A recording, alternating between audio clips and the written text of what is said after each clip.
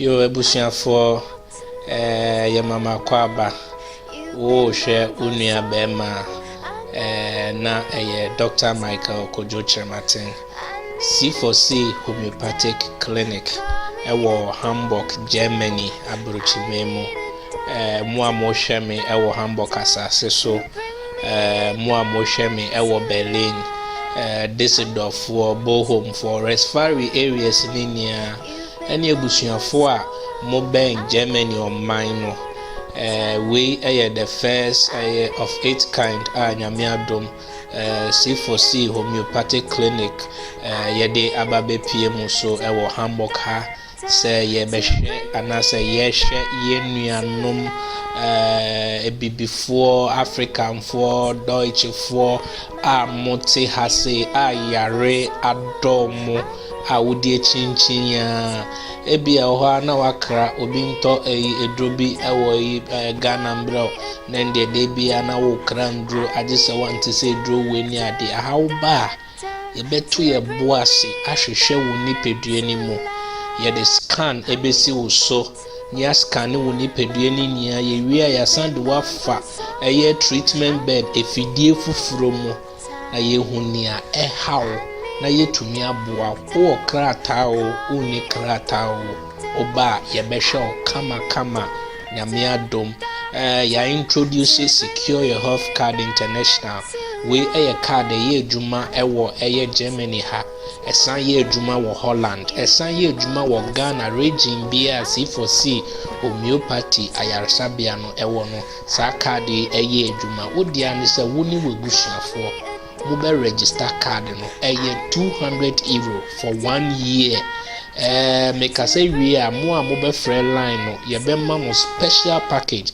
instead of €200 for the whole year maybe I won ye be no €100 ama only wa obe friend lines na a good screen no aseno o friend na obo din na ye hu bibia wo a na ye de sa achede no ama o wie a na say wo register wie a maame afedie wo ye fa bibie mu wie na wo lab result wo lab wo scan wo machines ayedu be fa mu ni amame free registration no be fa ni nia consultation so free because of card na wo kranti indro so ayede be mo se wie na be a wundro no €400 €500 and now say €300 no matter the cost of indro no card no so be ma 60% discount and the way na doctor no a calculate say bia wundro ni aye 300 na wa twen calculator na we yi 60% film na nia aka no de ben wo wetua ni ahwe ni edi ndro ni nia ama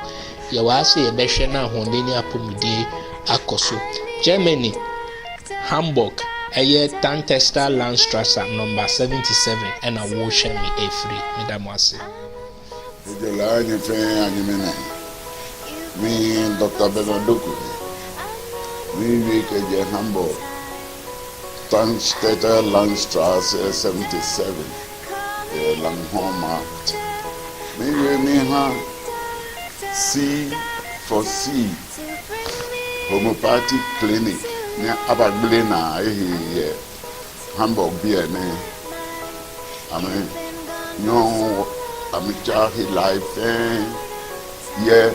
alternative medical way niji sipon chofan chamo befan new methods labor abanya scanbo abanya kwemu na abu chofan ewo pro check my fanning passport number call register Secure Your Health Card no say na mo pi okay ahabo discount ahunke assure ba fe 60% okwemo ke o chofan hemo ke no fen no ni cha maniaba.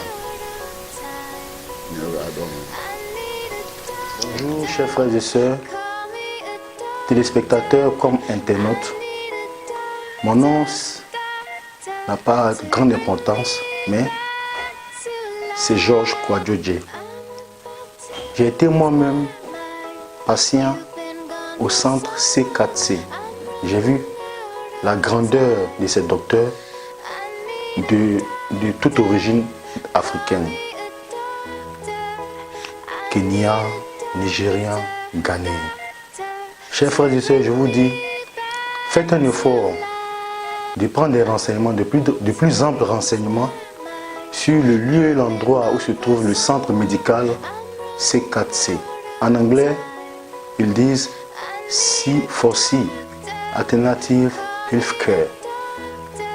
Désormais, ici à Hambourg, ils sont basés dans le quartier de Langenmark, si je ne me trompe pas loin de la station à Langenmark. Sur votre écran, vous verrez des numéros qui passeront. Vous pouvez prendre de plus d'informations. En fait, je vous dis que C4C se veut devenir auprès de tout un genre de personnes avec différents genres de maladies. Si je peux m'exprimer ainsi, pour que vous ayez un peu confiance en ce centre C4C. Il s'agit en fait de venir auprès de certaines personnes qui sont agrégées en médecine africaine à base de plantes médicinales pour vous aider, pour faire disparaître vos maux et vos douleurs, vos inquiétudes. Il vous suffira seulement d'avoir une carte d'adhésion de 100 € et de tout est joué. Vous serez suivi comme il le faut, du début jusqu'à la fin. C'est vrai, nous allons dire par la grâce de Dieu, vous aurez un peu le cœur tranquille à vaquer à vos occupations. C4C se veut devenir vers des patients en difficulté, devenir vers des malades qui ne savent où aller avec leur maladie désormais.